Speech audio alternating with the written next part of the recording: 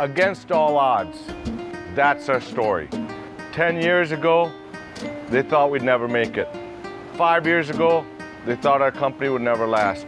3 years ago, they started paying attention, and now we're right where we belong, in your hands. This is a story about love, about passion, and hard work.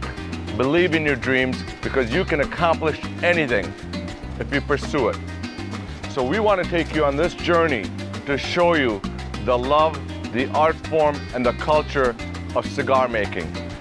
There's many out there that are trying to put the cigar industry out of business.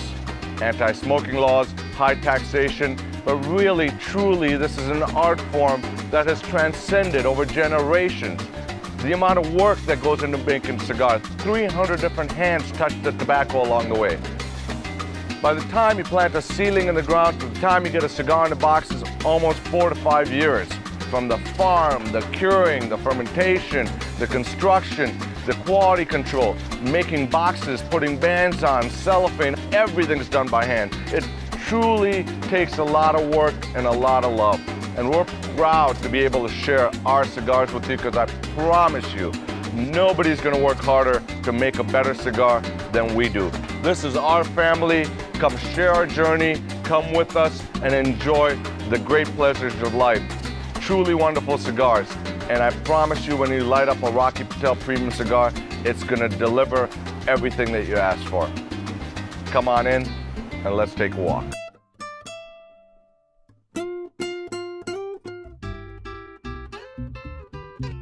Welcome to heaven. This is where it all starts. Beautiful sun-grown tobacco. As we know, there are two types of tobacco. There's shade-grown tobacco and sun-grown tobacco. Shade-grown is grown under cheesecloth. It blocks out about 65% of the ultraviolet rays, and the plants get up to about 8.5, 9 feet tall. You get very thin, light tobacco, usually best used for wrapper. Sun-grown tobacco delivers the flavor, the character, the richness, all the flavor that you need in a great cigar. Every single farm is measured for soil samples. We actually make sure that we have the right amount of magnesium, potassium, boron, nitrogen, so that the plants are healthy. And when you get a healthy plant and you actually take it to the curing barn and the proper fermentation, then the rollers get a chance to make a wonderful cigar with a great blend.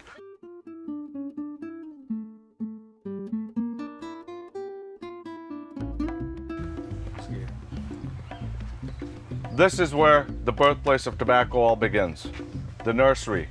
Here, under beautiful shade, you have all these seedlings that are growing. Each one of these little squares has these seeds that have been transplanted. You usually have 5 or 6 germinations per square. Hard labor, meticulous work, they'll pull out all the germinations and only leave the healthy plant there. It will take about 45 days for the plant to grow. Once the plant has been grown, it will then be transplanted into the farms. So this is important, a lot of care, just like taking care of a young child.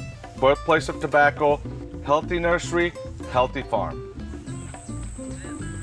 So after 45 days of tender, loving care and a lot of nurturing, finally we have beautiful, healthy tobacco plants. They're ready to be transplanted into the field. The way you can tell the tobacco is ready is you see the beautiful root system, and the tobacco plant has completely gotten hold and surrounded the soil.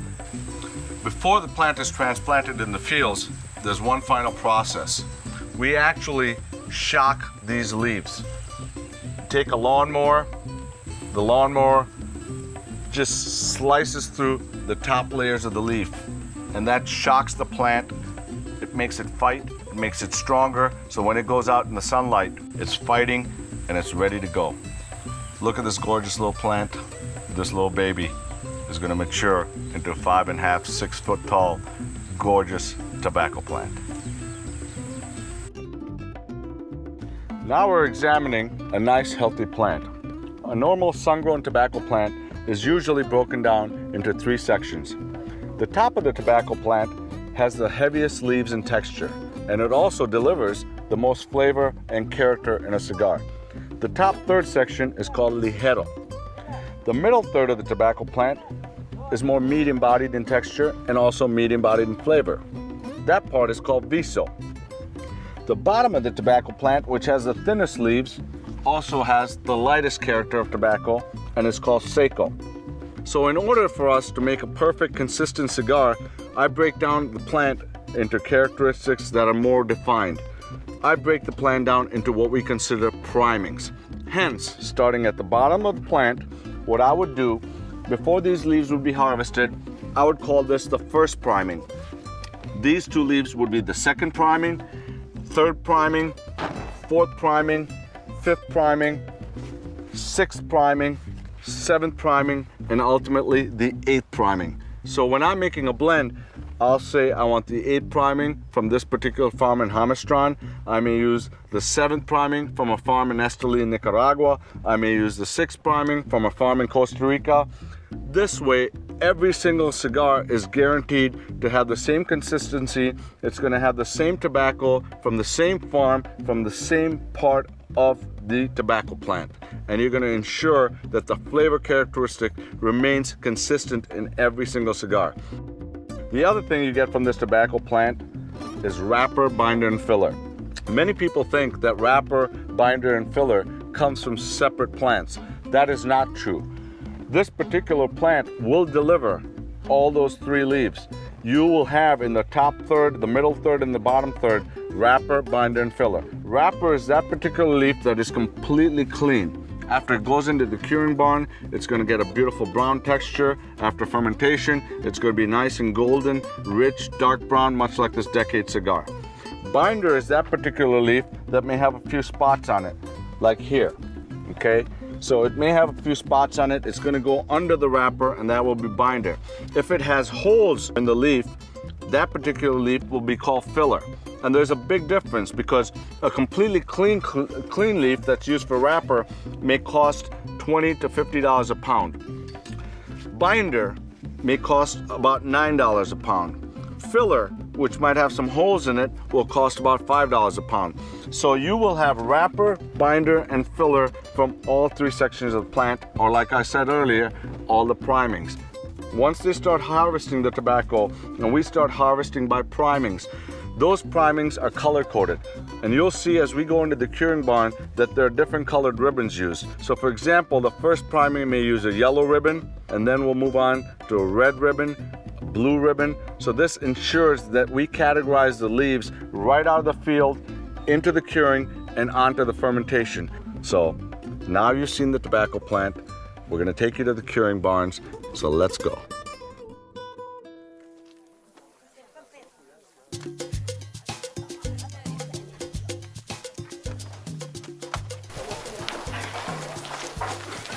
Okay, we're in the curing barn now, and as you saw on the farm, you saw the truck being loaded with fresh tobacco leaves. These leaves have just been harvested. Second priming, as I pointed out to you in the farm, there's a yellow ribbon. The yellow ribbon classifies the priming so that from the time the tobacco comes to the curing barn to the time the tobacco goes into fermentation, we know that it's the second priming because of the yellow ribbon. The tobacco is classified that way, will stay that way. It will be resorted, retouched to make sure that classification is consistent all the way till that blend is made. So this ensures that every time we make a blend, again, the tobacco comes from the same plant, from the same farm with the same fertilization. Look how quick she is. She's taking the stems of 2 of the tobacco leaves, and she's got a thin sewing needle, and she's kind of making sure that they're both tugged tight and then hung on this bamboo pole that we see here to our right. These poles will eventually be hung throughout the barn. The goal of curing is to take the humidity out throughout the leaf. This is a very important process because if this is not controlled and done properly, you're going to have issues with water stains and other impurities on the leaf. You want to get as much wrapper as possible from the tobacco. In order to get wrapper, the leaf has to be completely clean, perfect golden brown color. This green leaf will eventually start drying out and you'll get a yellow mutated color and finally settle down to a nice golden brown. First, the small veins will be dried out and then extreme heat will be applied to dry out the mid-rape. Back in the old days, they used to fire gas heaters horizontally and vertically through the whole barn. They would fire the gas heaters at night to bring up the temperature at a high temperature, and then during the day they would open up the vents on the barns to allow the air passage to move through to work the tobacco. This was done in the old days. The Placencias have now got modern technology involved, and they're getting a lot more wrapper. You're going to see a new system called Calfrista. Under the Calfrista system, there are vent ducts that run through the bottom and top of the barn. They're controlled digitally through temperature, humidity, thermostat to give you the most yield of wrapper. It's an amazing process. We're going to walk you through the Calfrista now. Let's go over and see the wonderful modern technology of curing tobacco.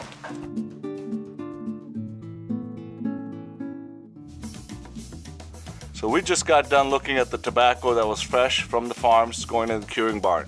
This tobacco has now been here for 13 days. The tobacco is starting to lose its moisture. You can see the veins on the side are starting to release the moisture. Some brown spots have set in. This was wonderful, bright and green. Now it's got that yellow and brown hue to it. Eventually, when all the moisture has gone through the midrib and the side veins, this beautiful leaf will have a nice golden brown color, beautiful oily wrapper. All this tobacco, the way it's actually being cured, is going to be delicious, gorgeous wrapper. So now we're going to go look at tobacco that's 40 days old, and you'll see that this tobacco after 40 days of curing is absolutely gorgeous, perfect to use for wrapper. All right, we're in the wonderful world of the Calfrista now. This is the ultimate curing barn. As you can see, there are ventilation ducts that travel throughout the barn on the bottom and the top, and it allows you to digitally control the temperature and humidity. You can see in the other barns we saw the green leaves, the fresh leaves drying, and now under extreme humidity and temperature, the veins are starting to dry on the leaves, and then the midrib is still left. Once these veins completely dry on the leaf, they'll take the temperature up even higher and the humidity higher to dry the midrib. Eventually, this leaf will be perfectly golden and brown in color, resulting in a gorgeous wrapper. Usually with sun-grown tobacco, you only get about 20 to 25% wrapper. Shade-grown tobacco, which is grown under cheesecloth, blocks out the ultraviolet rays, delivers almost 50-55% wrapper. With this new system of Calfrista, where we can control the temperature and humidity to give a nice even leaf and get more wrapper on the sun-grown tobacco, we're getting almost 55 to 60% wrapper, and on the shade grade, almost 75 to 80% wrapper. And wrapper is something that there's a big shortage of in our industry. Gorgeous leaves, healthy, nice color, even. You don't get any rain spots on them. Beautiful. Look at this beautiful Corojo wrapper. Gorgeous curing, perfect curing here. Calfrista, look at the oils. Even pigmentation, nice oils, even color, beautiful texture. This is what happens when you take time with tobacco. Perfectly controlled climate, temperature and humidity, and time. And end result is this gorgeous golden brown wrapper that's going to go on one of these Edge cigars. I hope I get one. Once the tobacco leaves the curing barn, it arrives here, where the tobacco will be sorted and selected for quality and texture. In texture, you're looking for ligeros, visos, and secos, and identifying the thickness of the tobacco. In quality, you're determining which particular leaf will be wrapper, binder, or filler. It's a special process and takes a great eye. All this tobacco came from one bale ligero. In that same bale, you have extraordinary thickness from the 8th priming. This is a 7th priming, almost similar, but just not as thick. 6th priming, you can tell and you can see it's definitely thinner. And 5th priming, which is right around here, separated, which is even thinner. Again, all classified as ligero, but different degrees and variations of strength. If one roller were to get the leaves from this pile and the other roller were to get the leaves from any one of these piles, in the same blend, you'd have inconsistency in the character and strength of the cigar. So to ensure that we have consistency in the blend, When I make a blend, it'll be the 8th priming from a particular farm in Costa Rica, 7th priming from a particular farm in Esteli, 6th priming from a particular farm in Hamastran. This way it guarantees that every cigar, again, has the same leaf from the same tobacco plant, from the same farm. The other thing it helps us ensure, we can actually ferment the tobacco separately by primings. Because if I took the whole bale of Ligero and fermented together, the 8th priming would be under fermented and the 6th priming would get over fermented. All this tobacco, it's a little dry. We're gonna show you, we have a state-of-the-art system, how we add moisture back to the tobacco to condition it for fermentation. All right, so here we have a well-cured bale that is coming from the Nestor Plasencia family. This tobacco has already been fermented. It's packed at about 12% humidity, very, very dry, so it doesn't break, but it's still not supple enough to work with. So what we're doing at this stage is we're adding moisture to the tobacco. We have a state-of-the-art system, 1,000 parts of water per second, very clean, refined water without any impurities. Many factories will actually take the tobacco, they'll take a hand and dunk it in a tank of water. You get too much water retention into the tobacco, and that ends up leaving black tips in the fermentation of the tobacco. This system evenly distributes the moisture on the tobacco, so you get a lot more wrapper, you don't get water stains, and the tobacco, when it's being fermented, is very clean and beautiful. Again, we're touching, feeling, working, another step towards the 300 different hands touching the tobacco to ensure you are getting a great quality cigar. We feel that we can take this tobacco and push it even further by adding about 6 months to a year of fermentation.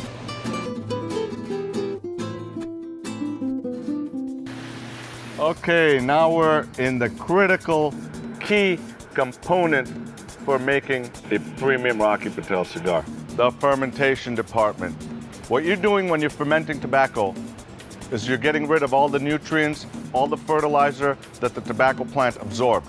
The nitrogen, the boron, potassium, magnesium. So all that wonderful fertilization to make that plant strong and healthy. Now we're gonna clean the plant so you get the clean tobacco flavor. So here you have a 2,500 pound pilon. So you take all this pressure, you add moisture to the tobacco, and that breaks down the biological decomposition of the tobacco. It can take 6 months for Seco, take 18 months for Ligero, 12 months for Viso.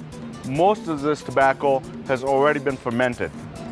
But here, we really like to push the tobacco. You'll notice with all my cigars, the key elements are rich, complex flavor, but the cigars are elegant and well balanced. You can smoke the cigars all the way to the end. They never get harsh, they never get bitter. Sometimes you can put the cigars down for 5-10 minutes, pick them back up, and they stay lit.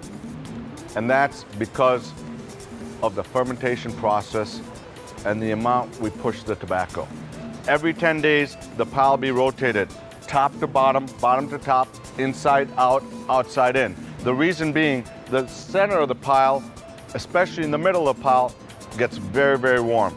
In fact, when we pull out a hand of tobacco from the pilon, it will be really warm, and you'll smell it like a fresh loaf of bread, like a cookie. I mean, you get that caramel, you get that chocolate, you get that nuttiness. The tobacco will finally be ready when the temperature stops rising. But you really have to touch the tobacco, talk the tobacco, smoke the tobacco, feel the tobacco. That's when you know the fermentation process is perfect.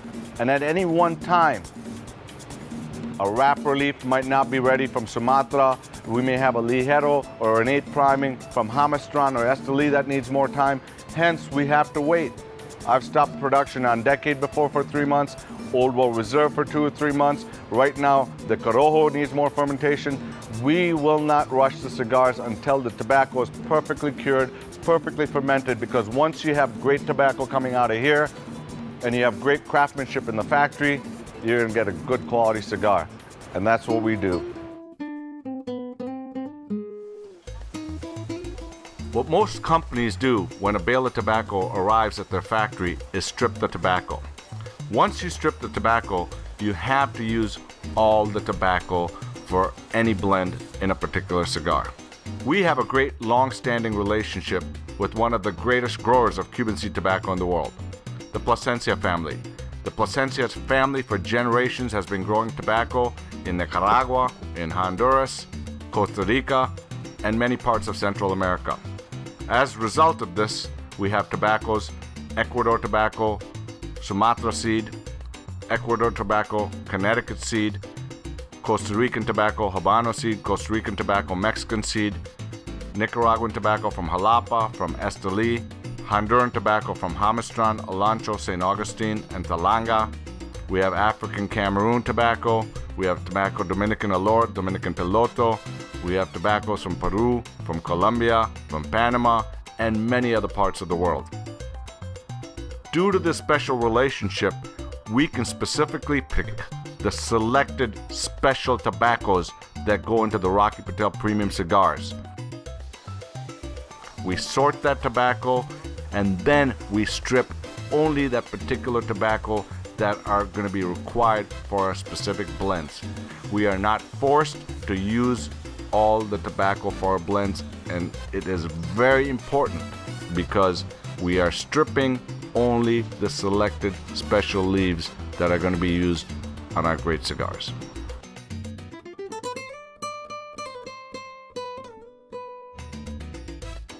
This is one of our many sorting departments. In this particular department, all the wrapper that's going to go on the production floor is getting ready to be cured. In order to make a perfect cigar, the wrapper has to be supple. If it's too dry, it's going to break and disintegrate. So here, they're applying the moisture to the wrapper. They're also sorting the wrapper for color because we have a very strict standard for each blend, for each brand of cigar. So it's not too light, it's not too dark. For example, it's a natural product. Maduros can be really dark, they can be lighter. If you don't get great wrapper and you don't have great sorting here, you're gonna have problems in manufacturing down the line, and you're gonna get assorted colors, wrong sizes, spots on the cigar. So this is very important. It's a lot of work.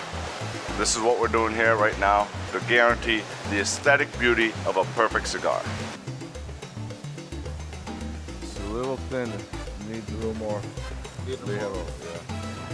Look at this wonderful leaf. It's just been conditioned. They've got the right amount of moisture added to it, so it's supple and easy to work with. It takes years and years of natural fermentation to get a beautiful Maduro wrapper like this. Because the Maduro wrapper comes from the top part of the tobacco plant. You use the heaviest leaf and you put it through extra fermentation till the sugars crystallize and they come to the top. Absolutely gorgeous. Nice and oily, beautiful. Probably end up on the edge or the Old World Reserve. Enjoy.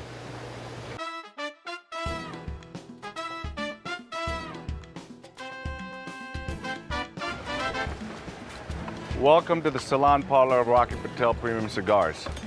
When you come into this room, you want to make sure that you absolutely have the best materials for the bunchers and rollers to work in. Because if you don't have great tobacco, well, you're not going to come out with great cigars. So we make sure that the materials coming into this room are absolutely perfect, perfectly fermented, and of top great quality. So once we're here, we're surrounded in this floor by about 240 teams. They work in teams. One person is a buncher, the second person actually puts the wrapper on the cigar. The buncher is very, very important in the construction of a great cigar. He literally has to take each leaf, place it in his hand, and fold it in an accordion fashion, much like this. And the leaves will go one on top of the other. And you really have to slow down and create this bunch in your hand. And you can see it creates air passages through the cigar, so the cigar can breathe properly. You want to make sure you have plenty of tobacco so there are not soft spots. The cigar feels firm and solid in your hand. At the same time, it should drop beautifully and burn beautifully. So this is a very key and important element of the construction of a cigar. They're trained, they usually make the same type of cigar with the same size because they can feel the tobaccos in their hand.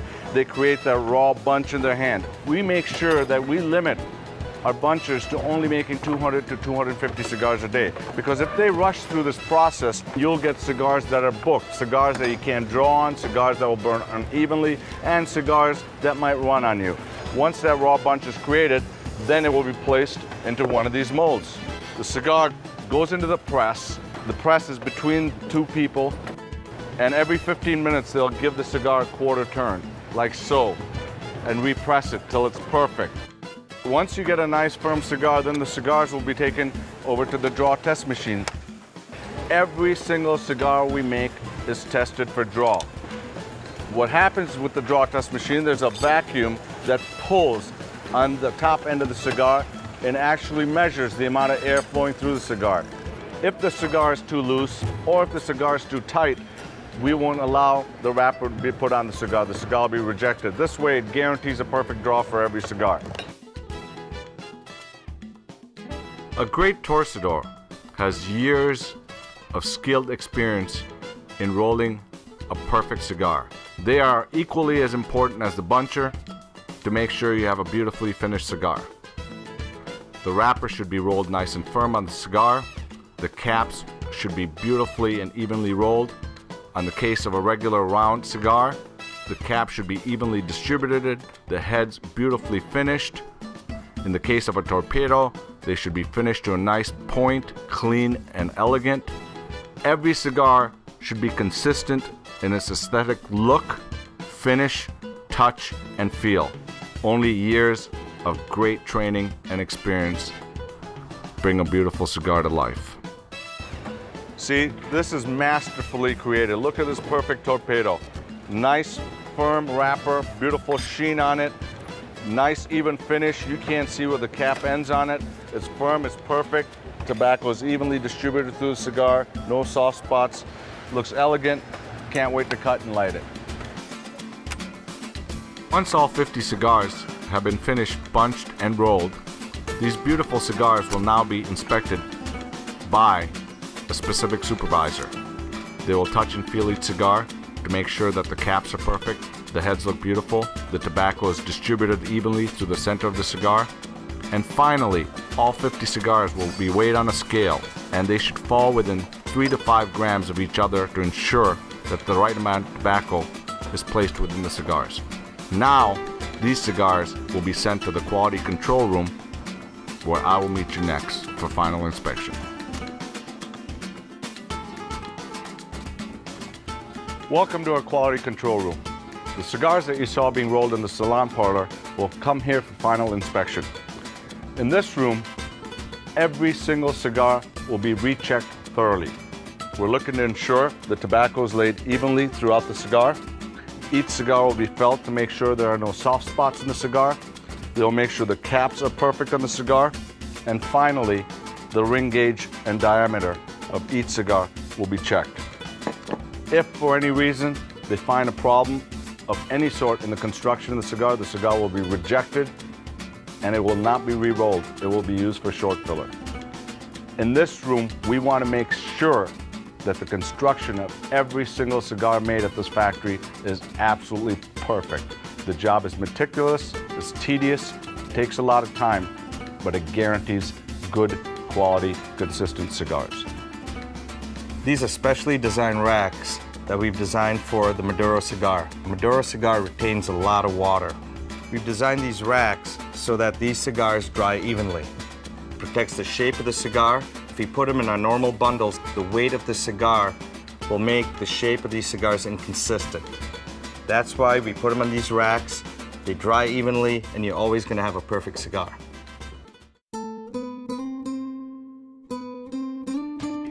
This is the aging room. I love the smell of this room. Smell of cigars, tobacco aging, cedar. It's nice and cool in here. We actually keep the cigars at about 65-degree temperature, 70% humidity, 4 to 6 months of aging. The Maduros take much longer because they retain some water, but this is where they're stored. The babies sleep here. And after 6 months, we pack them for your enjoyment.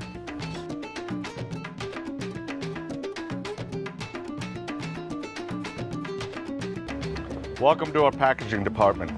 This is a final stage where the cigars will be packed for your enjoyment. Every cigar that comes into the packaging department has to be perfect and flawless in construction, or it will not be received here. So what they're doing here, they're going to check the cigars to make sure the head is perfect, the cap's perfect, they're flawless, clean, and they fit within the narrow color standards that I've set. Those cigars that fit those standards will be allowed to be packed. Any cigar that's a little lighter or darker than the standard I've set will become a factory select. A cigar that is two-tone in color or may have some spots will become a second. Handmade cigars are a natural product. Hence, you get a lot of different gradations of color when it comes to cigars, especially the darker cigars or the Maduros. Here's a prime example. This is a standard I've set for a perfect cigar that would be packed in a box. This particular cigar, very clean, very flawless, but again, when you compare, it's just a shade lighter. This will not be allowed to be packed and it will be factory select. It just doesn't fit our tight standard. It's not the same rich color that I'm seeking for this particular brand. So this cigar will be rejected. But you know, it's troubling because these are clean. If I were to take this color and pack them all in a box, nobody'd know. But I like that rich, decadent color. And hence we have only about 45 to 50% of our cigars that are allowed to be packed. It's a lot of work to enjoy that great quality cigar. An often asked question is, why and how do you make a box press cigar? I personally love box press cigars because really what you're doing is you're taking a round cigar and then you're pressing it. They're very hard to make because you have to gauge the draw. Because now, the cigar is being pressed, there's less air through the tobacco. So really what the cigar does, it delivers a rich concentrated flavor, but a really nice, cool smoke. When you're done with the box press cigar, they're gorgeous, look like little pieces of chocolate. Absolutely beautiful. But they start out round. They go onto a little tray like this. You have to have individual cedar dividers because if you were to put the cigars right next to each other, they would lose the form and you get deformed shapes. This way, every single cigar has a uniform shape to it when it's pressed. Then the tray goes into these master presses. They're pressed there for 4 days. Then the cigar's pressed for another 4 days, after which time it goes into this master carton. And it goes into the aging room for 4, 6, sometimes 8 months if they're Maduros. If you've never tried a box press cigar, try it. They're tough to make, but I promise you, they'll deliver.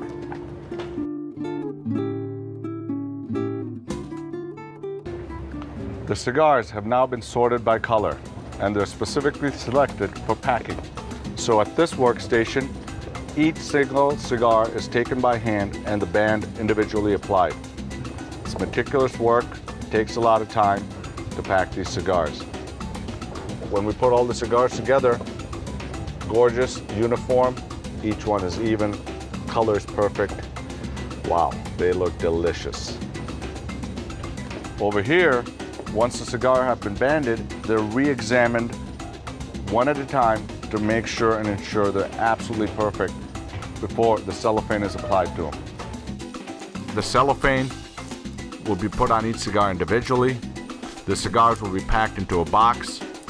The cigars then go over to the next workstation where a supervisor will actually take the cigars back out of the boxes, re-inspect each cigar, and then, if they are perfect, put them back in the box and finally place her stamp of approval to guarantee that this box is finally ready for shipping. So my friends, here I am all alone at the factory. So many people have worked so hard and spent so many hours to deliver a great quality cigar. You've seen the farming, the curing, the fermentation, the sorting, and finally the production and the packaging of cigars. Labor intensive, lots of passion. You know, the art form of cigar making is something that is unique in this world. So here, today, my journey ends and yours begins. I promise you, nobody works harder to make you a great quality cigar than we do. So from our family to yours, enjoy.